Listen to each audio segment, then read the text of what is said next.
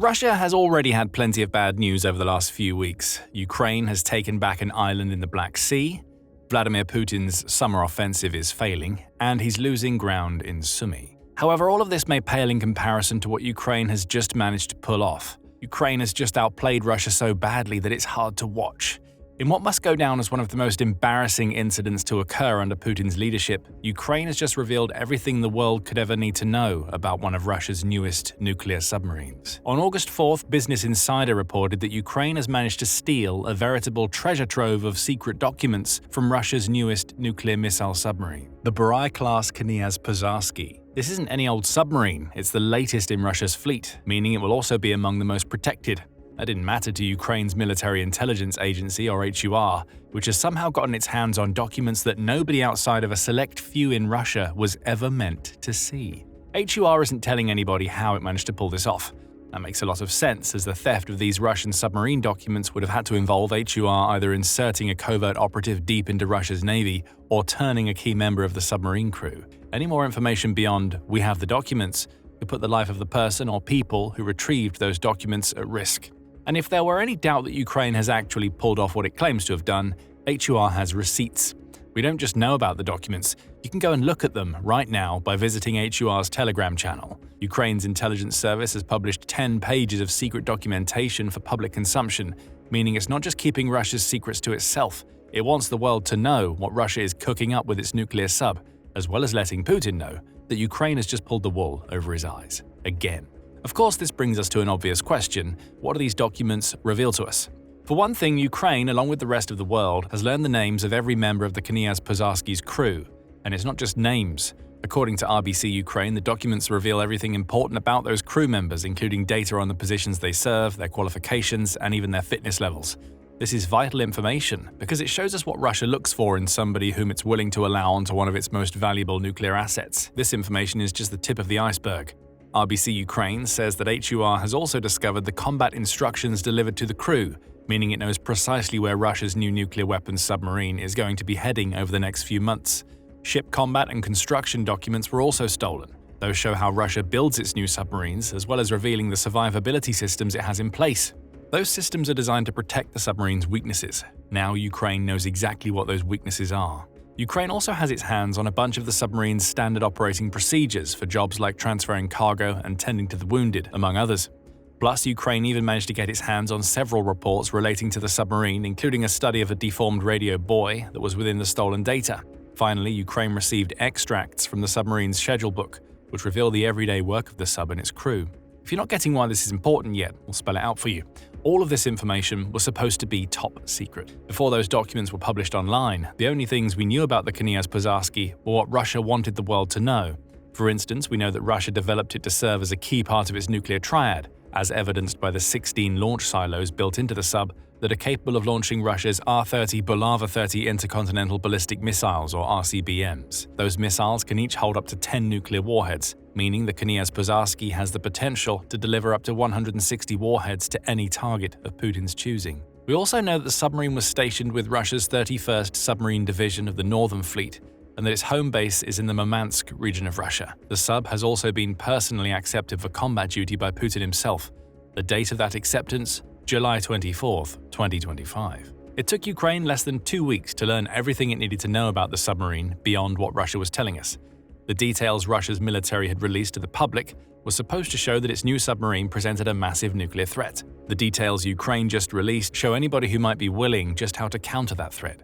Putin will be furious. And he should be. Ukraine's brilliant theft of some of Russia's most secret submarine documents creates a whole host of problems, starting with the loss of the one major advantage that having submarines is supposed to deliver in the first place: secrecy. The University of New South Wales highlighted how this benefit can serve a military in several ways back in December 2021, while discussing how Australia is working toward acquiring nuclear-powered submarines. It points out that submarines are stealthy by nature. They operate underwater, making them impossible to spot from above unless you happen to catch one coming up from the surface. That stealthiness makes submarines ideal for intelligence gathering and naval reconnaissance. It's also important if you want to sneak nuclear weapons within range of a potential target.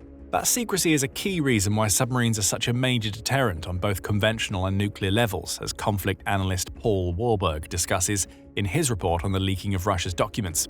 Anybody who knows anything about submarine warfare knows that the entire purpose of a submarine is to shroud your country's most critical activities in a high level of secrecy, Warburg says. Without these traits, without secrecy, submarines are not much more useful than a surface-level vessel. He has a point. A surface-level vessel can be spotted on the water, even if it's operating in an area where it isn't supposed to be. It's visible and can be countered, predicted, destroyed. While it's not impossible to destroy a submarine, the fact that it operates underwater makes it extremely difficult to detect and target, with most successful attacks relying on anti-submarine ships, aircraft, or other submarines. We practically never know where any of the world's submarines are at any given time unless we're specifically told. That means a nuclear weapons sub like the Knyaz Pozharsky should be able to hide away, launch its missiles, and then sail off into the distance without anybody being able to respond. This insane level of secrecy creates fear, which feeds into a submarine's ability to deter a potential foe. It's not so much that Russia will launch a nuclear weapon from its submarine as much as that it might. The mere fact that the possibility exists is a key part of Putin's plans to expand Russia's influence, using the fear that his country's power projection earns him.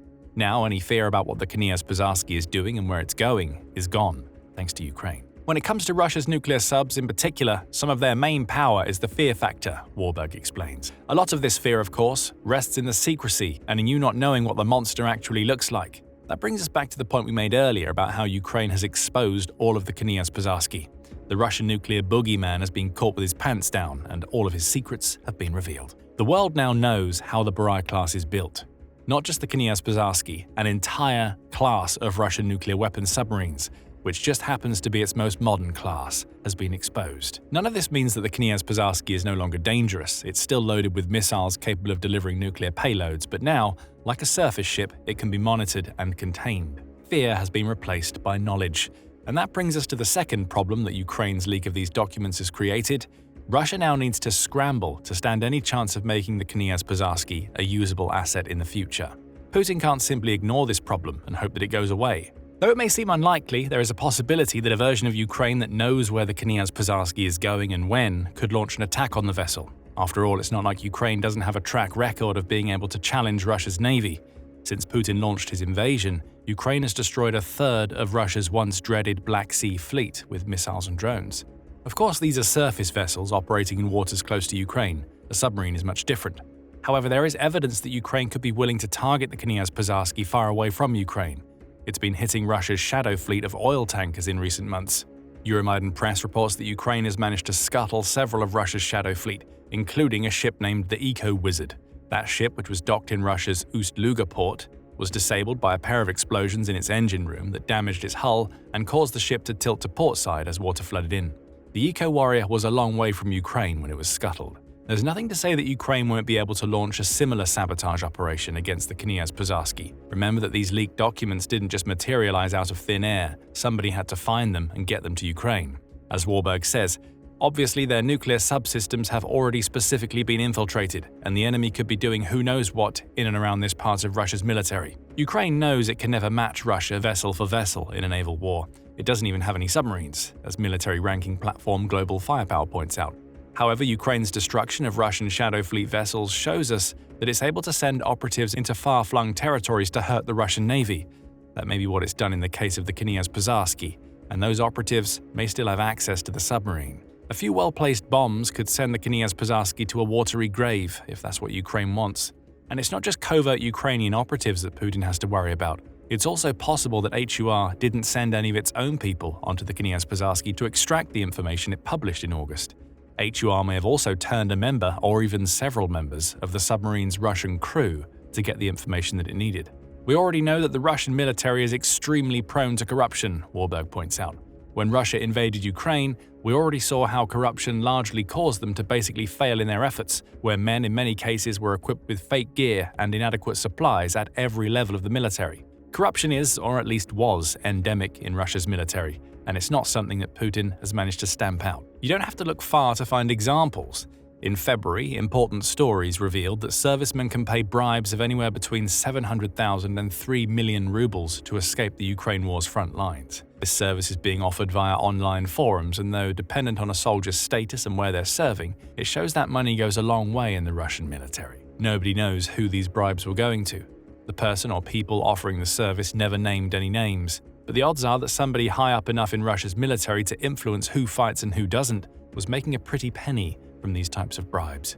A few months earlier, in October 2024, the Jamestown Foundation reported on a host of new corruption schemes fueling Russia's military. Police officers in several Russian regions are being provided with bonuses of $100 per detainee whom they convince to sign a contract with the military. There are money laundering networks that claim they're conducting collections for the front, though this money rarely reaches soldiers. It likely goes into the pockets of the leaders of the military patriotic organizations linked to the schemes. In March, the Center for European Policy Analysis, or CEPA, noted that this endemic corruption could be turned to the favor of Western nations. It points out that the 40% of Russia's military budget that goes toward procurement of new weapons is likely double what Russia says, all thanks to the kickbacks those in high command expect to receive for awarding contracts. Russia is 3 or 4 times as corrupt as Germany, France, and the UK, according to the Corruption Perception Index, a record which is strongly correlated with Russian procurement, CEPA reports.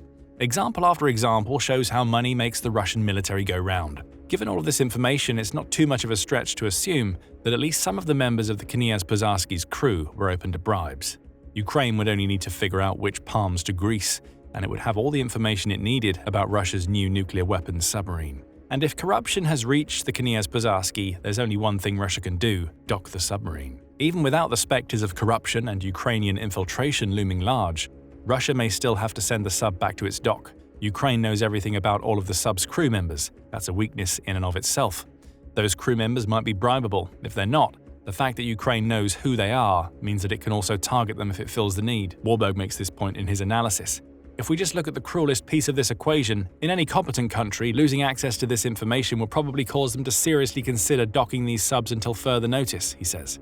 Because when you have people who have access to not just a couple of different crew members, but the entire crew list for all your subs, you now have a huge amount of people that the enemy knows about to approach for corruption, where these people can be paid off or motivated in a number of ways to sabotage their own machines or to turn against their comrades. Putin can't allow that to happen. So he practically has to take the Knyaz Pozharsky offline until he can replace the entire crew, which brings us to the next problem Ukraine has just caused for Russia. It's put a major dent in Russia's nuclear triad. Or more accurately, another major dent. That triad has had a bad time of it over the last year or so.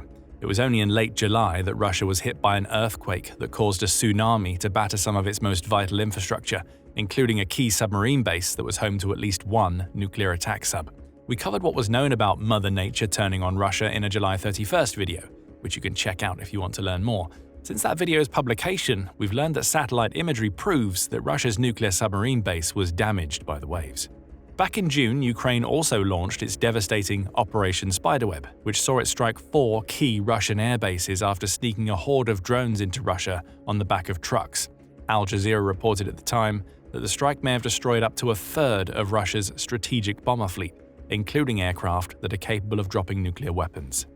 Things haven't been going much better with the land part of Russia's nuclear triad. The last year has seen several failed ICBM test launches. In September 2024, CNN published satellite images showing that a test of Russia's new Sarmat ICBM had experienced a catastrophic failure that led to it exploding on the ground. May 2025 brought with it similar news from Pravda. This time, Russia had tried to launch an RS-24 Yars ICBM.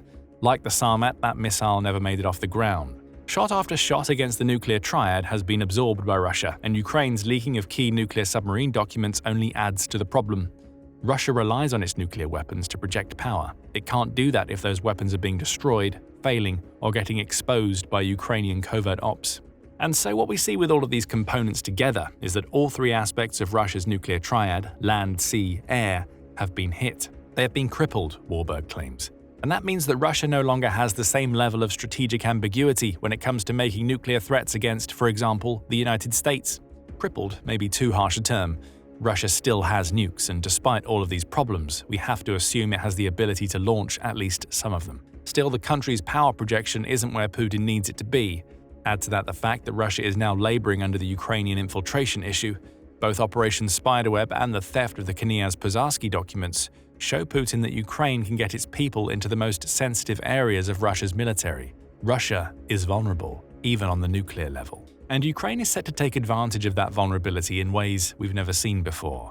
The leaking of the Knyaz Pozharsky documents is great news for Russia's rivals, including the United States. It's even better news for the US given that President Donald Trump recently ordered a pair of nuclear submarines to head toward Russia. As those submarines work in secret, Russia's submarines are being exposed. Find out more about the order Trump gave and what it means in our video, and remember to subscribe to The Military Show for more coverage of the latest actions Ukraine takes against Russia. And thank you, as always, for watching.